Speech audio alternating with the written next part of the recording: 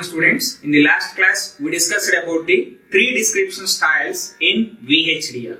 So those three are structural description, data flow description and behavioral description. So first we started our discussion with the structural description. So we can also call it as structural design. Okay, and also we look at what is the type of concurrent statement that we are using in structural description style. That is component statement. Okay, we already saw the syntax for that particular component statement, label, colon, component name, port map of signals. Within parentheses, we need to mention signals. And before instantiating that particular component statement within the architecture body, so we are supposed to declare that particular component within the architecture. So this is also we discussed, and we already look at the syntax for that particular component declaration. Seems to be same as entity declaration itself. Okay. So now, based on that particular knowledge, now we can able to write a program in structural description style. So for that, here I considered a small module, which is half adder. Okay, in structural description style, we are supposed to write program for half adder. So that is how the logic diagram seems to be. So as we discussed previously, if you want to write program in structural description style, so based on the logic diagram only, so we can able to represent it. That means what are all the components it consists of, all those we are supposed to instantiate in that particular program, and by means of forming interconnections between them, we can able to get the required functionality. So this is what structural description is nothing but. Okay. So for that reason, first, while we are writing program in structural description style, we need to know the logic diagram for that. So here we consider half adder. For that reason, here I drawn that particular logic diagram for the half adder. So half adder consists of XOR gate and AND gate. Here I consider two inputs, A and B, because of half adder consists of two inputs, and while coming for outputs, sum and carry. So in that regard, I considered inputs are A and B, and while coming for outputs, sum and carry. Where sum, by means of sum, you can able to realize the XOR operation. Because of that, here we consider an XOR gate, and while coming for carry, where it is going to perform the AND operation between the given input. So in that regard, here we consider an AND gate. So that is how the logic diagram seems to be for a half adder. Okay. For that one, we are supposed to realize the VHDL code, that too in structural description style. Okay. Whatever description style you considered, in VHDL we are supposed to follow the structured programming style. So as we discussed in early classes, what is structured programming? So there we consist of two parts, entity declaration and architecture definition. In entity declaration, we are supposed to mention only inputs and outputs of that particular module. While coming for architecture, we are going to define the internal details or functionality of that particular module. So that structured programming we are supposed to follow. So whatever description style you consider, whether it is structural, data flow or behavioral, whatever structural style it may be, we must consider that particular structured programming style itself. That means first you are supposed to define the entity declaration, and next we are supposed to mention the architecture definition, and all these different styles are going to vary depending on the type of concurrent statement that you are using within the architecture body. So considering all this, now we are supposed to write a program for half adder in structural description style. So while coming for that, the first statement within this particular program starts with, we are supposed to add the library first. That is the first statement. So because while we are discussing libraries, so what we discussed over there, so in library, so what are all the predefined entities and architecture, predefined modules, their entities and architectures, those are all going to present in that particular IEEE library. If I want to use all those entities and architectures which are predefined, so if you want to use them, then we must add that particular library by means of using the library clause. So in that regard, so whatever description style that we considered, so the first statement you are supposed to write is we are supposed to include the IEEE library by means of library clause. Because of that, So the first statement is library IEEE. That is the first statement, irrespective of whatever description style. Okay. So then after that we are supposed to add the package. Okay. So by means of libraries, we can't able to get access of type declaration, constant declaration, function, procedure and component declarations. So in that regard, if you want to get access of all those type declaration, constant, function, procedures, then we are supposed to add package within that particular our design. So in that regard, next we are supposed to add the package by means of using the use clause. Okay. So use IEEE because that package belongs to a library IEEE. So in that regard, within the library IEEE, std underscore logic underscore 1164.all. Okay. So this is the package. So where it consists of all predefined operators such as AND, OR, XOR, XNOR, all these are all directly we are using. For all those operators in this particular package, they have certain definition. So because of while we are writing program, so we are directly using that particular AND, OR, XOR, Boolean operators directly to achieve that particular operation. So in that regard, we need to add that particular package. And by means of here mentioning all, so where it indicates all the definitions which are present in this particular std underscore logic underscore 1164, we can able to get access. Okay. So because of that reason, irrespective of the description style, so these two statements must consist while you are developing a program in VHDL. First one is we are supposed to include the library using of library clause. So that library is IEEE. So because of that library IEEE must be the first statement, then semicolon. After that you are supposed to include the package. Okay. So that package also lies within that particular library. In that regard, by means of using use clause, you can able to include the package. So use IEEE is the library. Within that particular library, the package is std underscore logic underscore 1164. Dot all is going to represent all definitions we can able to access, we can able to use, which was present in that particular std underscore logic underscore 1164. Okay. So these two are the first statements we are supposed to consider. So after writing this particular library and package, so then you can move on to the entity and architecture definitions. Okay. So after that, immediately because of structured programming, first it must be start with an entity declaration. So for that, it start with a keyword entity. Okay. So next I am writing the entity declaration. So that is the starting part of our design. So after mentioning the library and package, so entity syntax. So we already discussed, and also architecture definition also we already discussed. Based on those two syntaxes, I am writing first entity declaration and architecture definition. So while coming for this entity declaration, it starts with a keyword entity, then entity name. So here I am realizing the half adder functionality. So directly I am mentioning that particular half adder. So let be at the end I am going to mention so one decimal. It's a common practice because whenever we are writing AND OR for those functionalities, because of AND OR all predefined.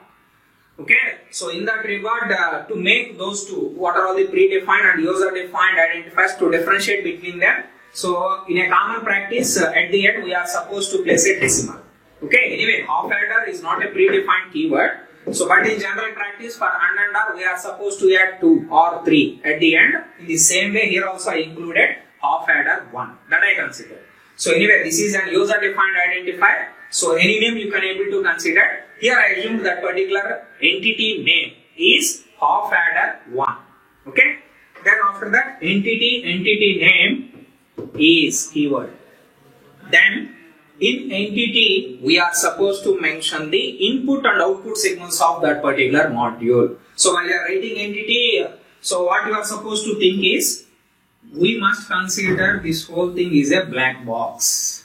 Okay. So we are not bothering about the what is the internal structure of that particular circuit. We are bothering about the inputs and outputs. So because of that, while we are writing entity, we can able to assume, so the whole circuit will be a black box. So by means of that way, we can able to see only inputs and outputs, okay, of that particular black box only. we are supposed to consider over here. Okay. So from that, entity name is, then port declaration, port. Okay. So in port declaration, we are supposed to mention the input output signals. So let me start with, in any order you can able to consider. First you can also describe output.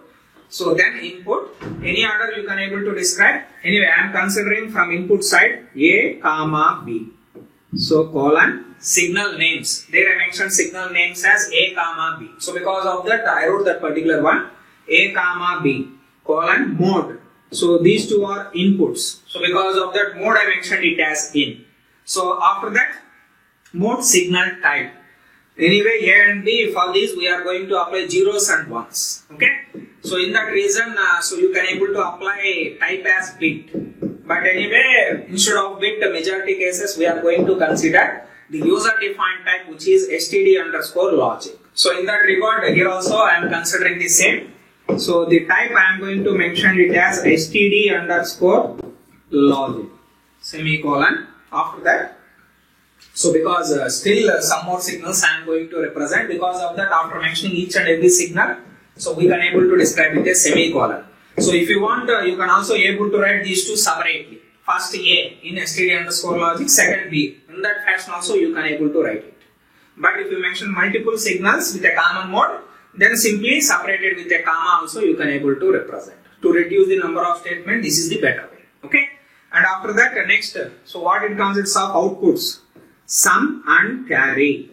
Okay, so these two are going to represent the out. So by means of mentioning out, one point there I described that. So if you mention these two signals as out, so these two signals data you can't able to read within the architecture body. Anyway, within architecture body, so there is no need to read of sum and carry. Just outputs we are going to consider. That's it.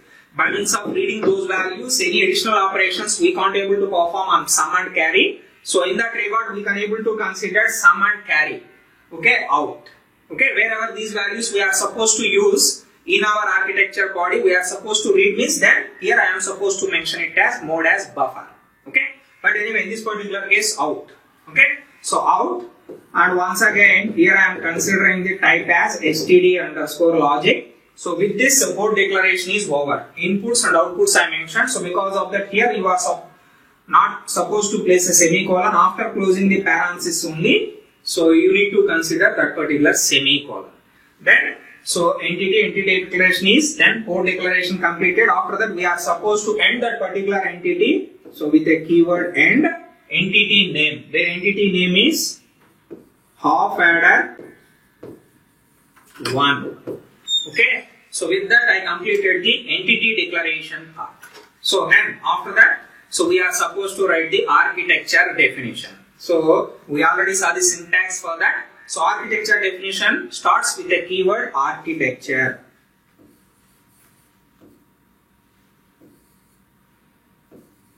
Architecture. Okay, so then architecture name. So in general, architecture name is an user defined identifier. So that name, so we are supposed to apply, so which was related to that particular entity name itself. In a common practice, how we are going to write it as entity name _ arc. So that is the common name. In a common practice, we are going to represent it as. So because of that, half adder 1 _ arc. So this is the general practice. So architecture name you can also give same as entity name.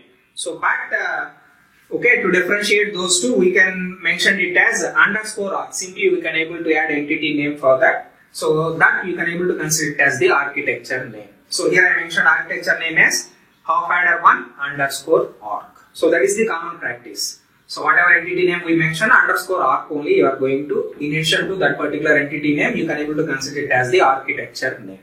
So architecture name of entity name, which is half adder 1. So whatever you mentioned over there, so same name you are supposed to represent over here. Okay, here whatever name you mentioned, same entity name must be mentioned over there. There only that program came to know this architecture belongs to that particular entity. Okay, so because of that half adder 1 itself I mentioned is, Then after that in syntax what it consists of? Signal declaration, component declaration, function definition, procedure definition, constant declaration, all these it consists of.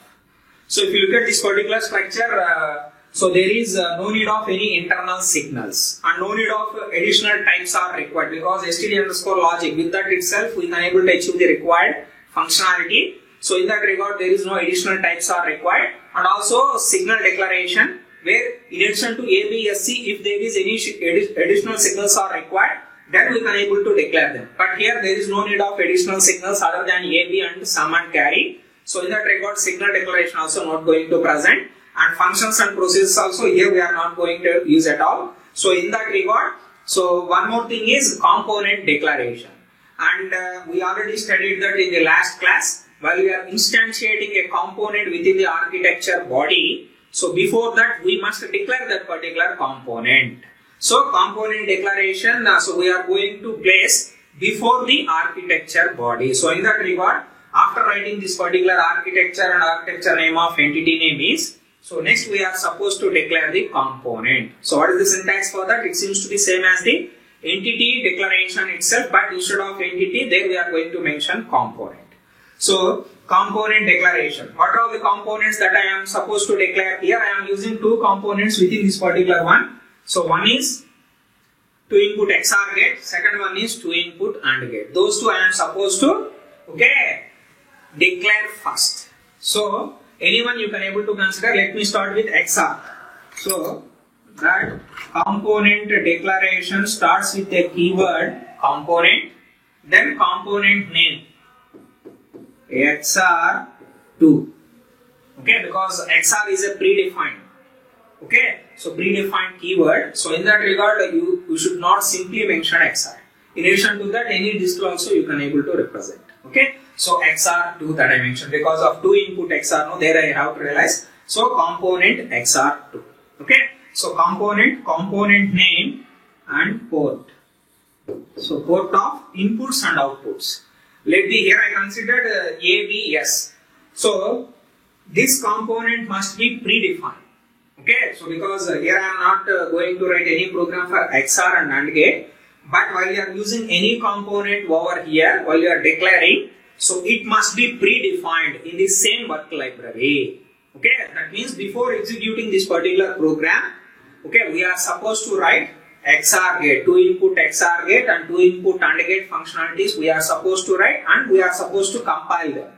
Then only while you are compiling this particular program, whenever this particular component, so name as XOR2, so it came, immediately that compiler get information from the work library, and by means of that, okay, so here it can able to use that particular operation. So because of that, here I assumed that 2 input XOR, 2 input AND gate functionalities are already predefined. That means before this particular program, I already written program and compiled that particular one. So because of that, whatever information required for those, so that was stored in work library. So after that, once I compile this particular one, so wherever those two operations are required, it can able to get data from that particular work library. Okay, so that is one more thing you are supposed to remember. Here I already assumed that this XOR, 2 input XOR, 2 input OR gates are already predefined, and before this particular program itself they are compiled. Because of that, information related to those two modules already present in the work library. Okay, so component name, port, inputs and outputs. While I am writing program for those, let be there I might be considered 2 input XOR such as like this. Let be input X, Y, Z. If I consider such as like that, then those signals name only we are going to mention over there. In the same way, those signals only I am going to represent over here. So because of that, port X, Y in and std underscore logic. So type. Then next, okay, Z out std underscore logic. So that is the last statement. Because of that, I can able to close with parenthesis. And after that, so we are supposed to close that particular component declaration with end component. So So all of you remember this particular one because I have to erase it, and once again, so next program, so I need to continue. Okay, anyway, so take down this particular one in the class notes. So by means of that, so you can. Okay, so by means of here I mentioned the component. Then after that, I supposed to end that particular component by means of using end component. With that first component declaration, which is XR, I mentioned. Okay, so next, first I instantiated one component. I am supposed to instantiate another component, so which is 2 input AND gate. Let be that 2 input AND gate also predefined. So where I considered inputs and outputs for that particular 2 input AND gate is such as like that. If that is the case, then based on that second component I am supposed to instantiate. So that starts with a keyword component name. Okay, so which is whatever name that I mentioned over there, same name we are supposed to consider under 2. Then port. Okay, so input output ports. For this one I assumed it as XY are the inputs. So in type is std_logic and output is Z. So that one also std_logic. Okay, so that is the last signal. Because of that, after closing the parenthesis only, you are supposed to mention the semicolon. Then after that, you are supposed to close with end component. End component. So that is what these are the component declarations we mentioned before starting of the architecture body. So other than that, remaining signal declaration, function definition, procedure definition, all constant declaration, all those are all not required in this particular one. Okay. And next to that, so we declared the components. Then after that, we are supposed to start the architecture body. Starts with a keyword begin. And within architecture body, we need to write the concurrent statements. That too is structural. So we have the concurrent statement, which is the component statement. So what is the syntax for that? We already looked at. So learned in the last class. So it starts with label. Any label name you can able to consider for that. In this particular case, I am going to consider it as A1. So that is the label name for that particular one component. Anyway, first I mentioned XR because of that. So first statement I am representing XR itself. In any order you can able to represent as per your wish, but here I am considering XR. So label component name. So component name, what we mentioned previously, XR2. Okay, so XR2. And next, port map off. Okay, so next what it consists of? So signals. Anyway, while you are mapping these signals, 2 different styles that we have, positional and explicit. Here I am following the positional. Because of that, so while we are mentioning this particular 2 input XR, XY are the inputs and Z is the output. So in the same positional way, I am supposed to consider these inputs. So because of that, in my original module, so where A, which is equals to X, B equals to Y, and S equals to Z. So in that regard, in the same order, I am going to mention A, B, S. So that is what. Here I am performing the positional mapping. Okay. So because while you are writing this particular XR, I consider this is the first input, this is the second input, and that is the output. And while coming for this in the same way, so A belongs to X. Because of that, first I mentioned A, and B equals to Y. Because of that, second I mentioned B, and S belongs to Z. So because of that third signal, I mentioned it as S. And next, another label because of another component which is 2 input, and also I need to instantiate. So because of that, A2, okay. So and